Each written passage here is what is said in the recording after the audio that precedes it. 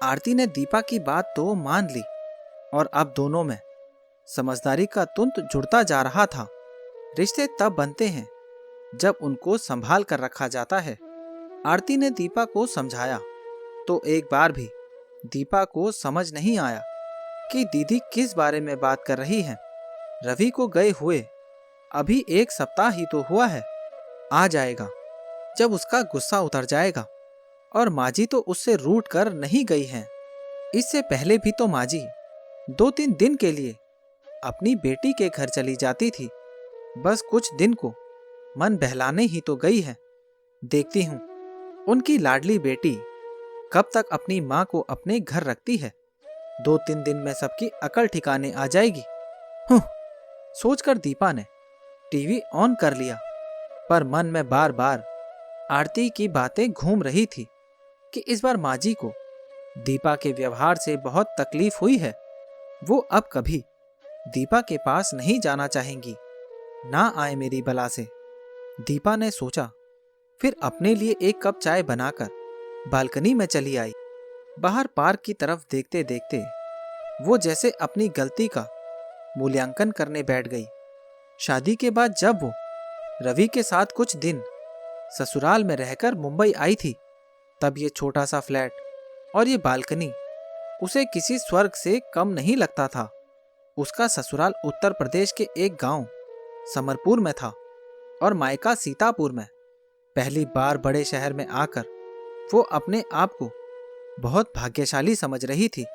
और साथ ही जब अपनी सहेलियों से रवि की और किस्मत वाली होने की बात सुनती तो उसे खुद पर नाज हो आता। अब दीपा खुद को सबसे ऊपर समझने लगी थी। शादी के 1 साल तक सब कुछ ठीक चल रहा था।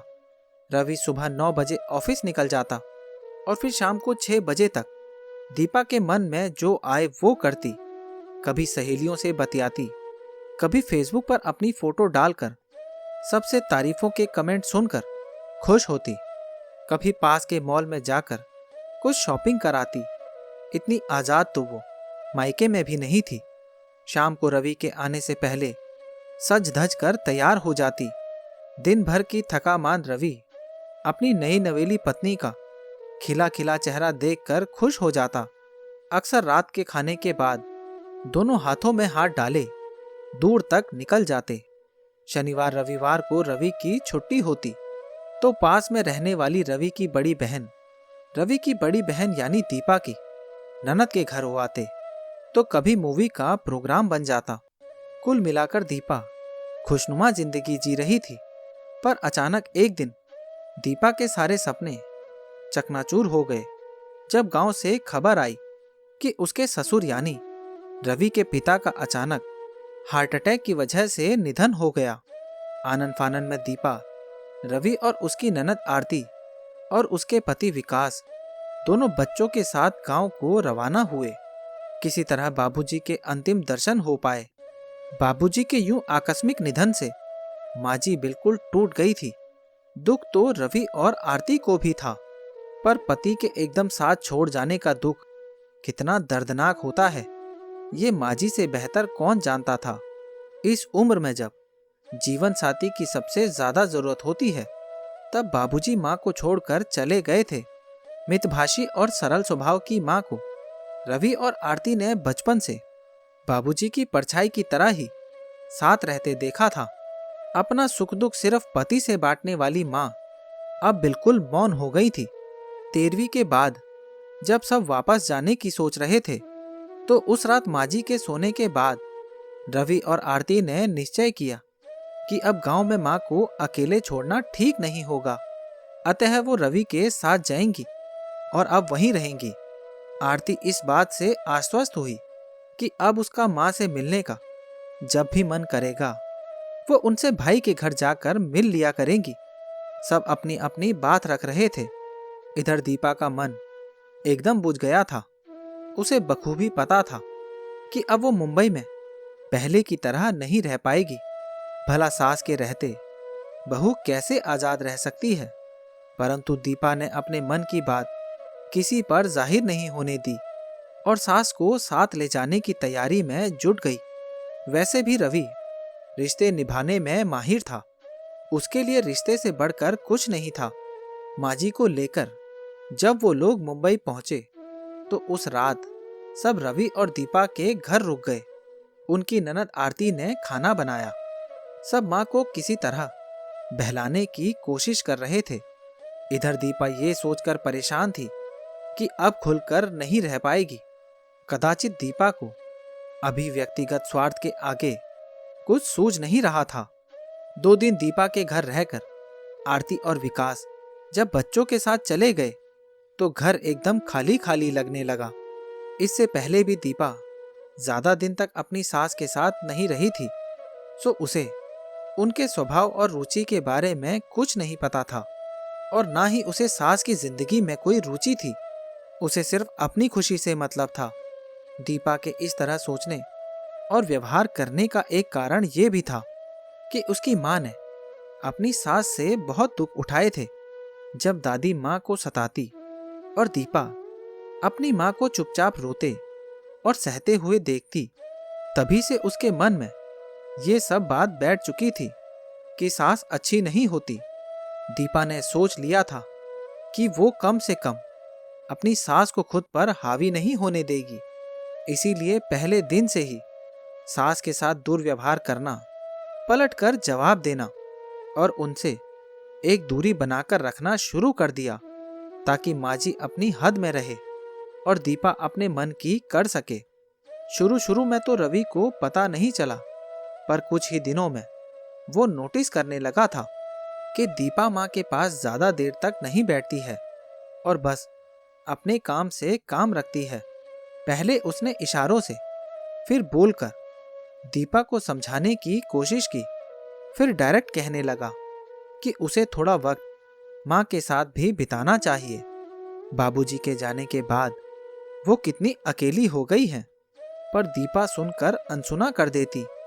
माँ जी दिन भर चुपचाप अपने कमरे में पड़ी रहती। शाम को जब रवि आ जाता तब उन्हीं के पास बैठता। तब से रात सोने से पहले माँ के आसपास ही रहता, जो दीपा को बिल्कुल पसंद नहीं आता था। जितना रवि अपनी माँ से अच्छा व्यवहार करता, दीपा उतना ही उनके साथ रूखा बर्ताव करती जाती। रात को जब रवि उनके पास आता तो ताना कसती कि अभी भी मेरे पास क्यों आए हो, माँ के पास ही रहो। तो रवि समझाता, देखो दीपा, बाबूजी के जाने के बाद माँ एकदम अकेली हो गई है, तुम्हारा यूं नाराज होना ठीक नहीं।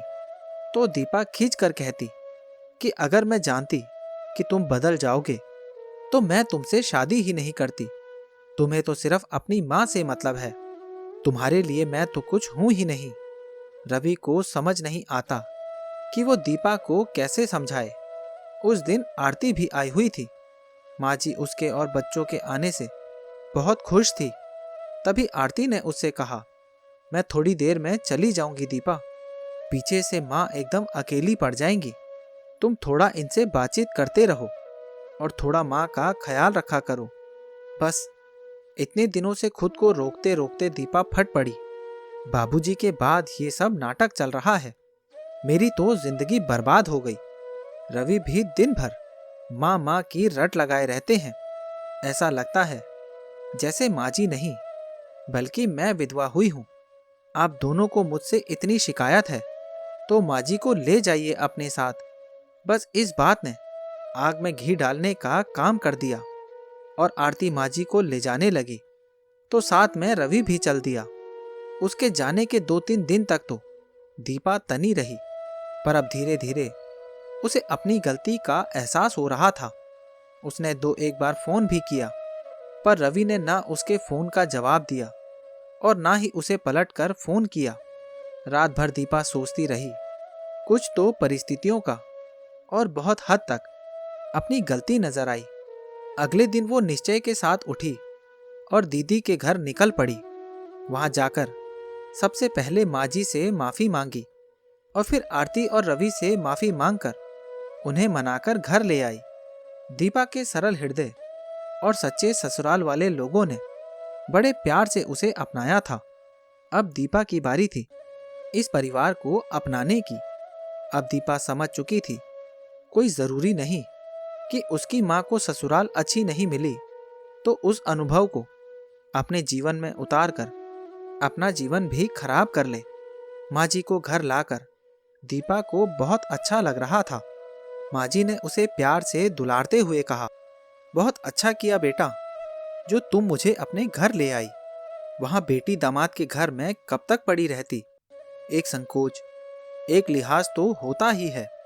माँ जी की बात सुनकर दीपा भावुक होकर बोली, माँ जी, ये आपका घर है, हम आपके घर में रहते हैं, मैं भी आपके घर में रहती हूँ। सही कह रही है दीपा, हम सब आपके हैं माँ। बोलते हुए रवि ने कमरे में प्रवेश किया। हम दोनों आपके हैं, आप इस घर की मालकिन हैं।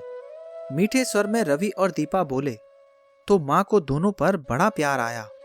आज दीपा आरती की शुक्रगुजार थी कि सही वक्त पर आरती की चुपती बात ने दीपा की गृहस्थी को बिखरने से बचा लिया। हर सास सास बनने से पहले एक माँ होती है और एक बहू बनने से पहले एक बेटी होती है। बस सास बहू में भी अगर माँ बेटी जैसा रिश्ता बन जाए तो जिंदगी कितनी खूबसूरत हो जाए और घर खुशियों से और प्यार से महकता रहे। सास बहू का रिश्ता वैसे तो बड़ा खूबसूरत बन सकता है, बस एक को समझदार होने की और दूसरे को ममतामयी होने की जरूरत है। दीपा ने समय रहते अपनी सास के रूप में छुपी माँ को पहचान लिया था और उसकी गृहस्थी संभल गई थी। तो दोस्तों, ये कहानी आपको कैसी लगी और इस कहानी के बारे में आपकी क्या राय है, नीचे कमेंट बॉक्स में ज़रूर बताना। और अगर अभी तक आपने चैनल को सब्सक्राइब नहीं किया है तो सब्सक्राइब कर लेना